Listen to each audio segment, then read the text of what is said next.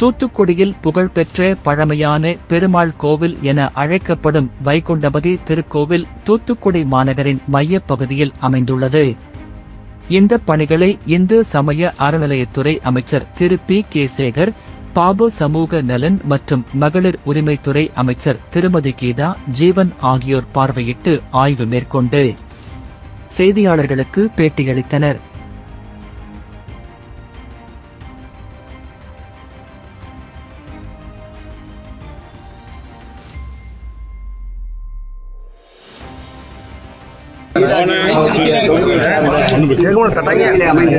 திருக்கோயில் திருப்பணிகள் தொடர்ந்து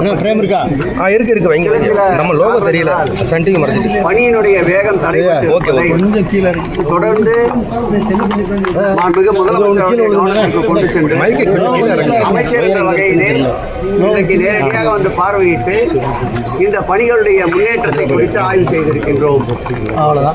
மாண்புமிகு அமைச்சர் அவர்கள் இந்த தொகுதியில் சட்டப்பேரவை உறுப்பினர் சகோதரி கீதா ஜீவன் அவர்கள் எடுத்துக்கொண்ட நடவடிக்கையால் முழுவதுமாக கல்கலாத்திலே இந்த பணி நடந்து கொண்டிருக்கின்றன.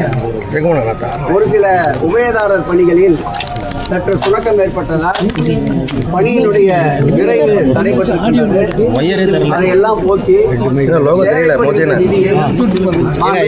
முதலமைச்சருடைய உத்தரவை பெற்று உடனடியாக அந்த நிதிக்குண்டான ஒப்பந்தம் கோரப்பட்டு வெகு விரைவில் பணி தொடங்கப்பட்டு பணியினை 2-3ஆக பிரித்துக் கொண்டு இந்த ஆண்டு இறுதிக்குள் குடமுழுக்கை நடத்திட வேண்டும் என்று நம்முடைய உறுப்பினர் அவர்கள் கோரிக்கை வைத்திருக்கின்றார்கள்.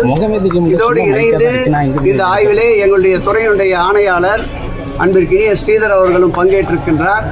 அவரும் தேவையான நிதியை திருக்கோயிலே இருக்கின்ற நிதி போதவில்லை என்றால் திருக்கோயிலே இந்து சமய அறநிலையத்துடைய பொதுநல நிதியிலிருந்து இந்த திருப்பணிக்கு தேவையான நிதியை ஒதுக்கீடு செய்து பணியை விரைவுபடுத்த கேட்டுக்கொண்டிருக்கின்றார். எங்கள் துறையினுடைய இணை ஆணையாளர் அன்பிற்கினிய அன்புமணி அவர்களும் இந்த பணிகளை விரைவுபடுத்தி இந்த ஆண்டு இறுதிக்குள் குடமுழுக்கை நடத்துவோம் என்ற உறுதியோடு பயணிக்கின்றோம். நிச்சயம் நடைபெறும். தொடர் கேள்விகள் கோவில்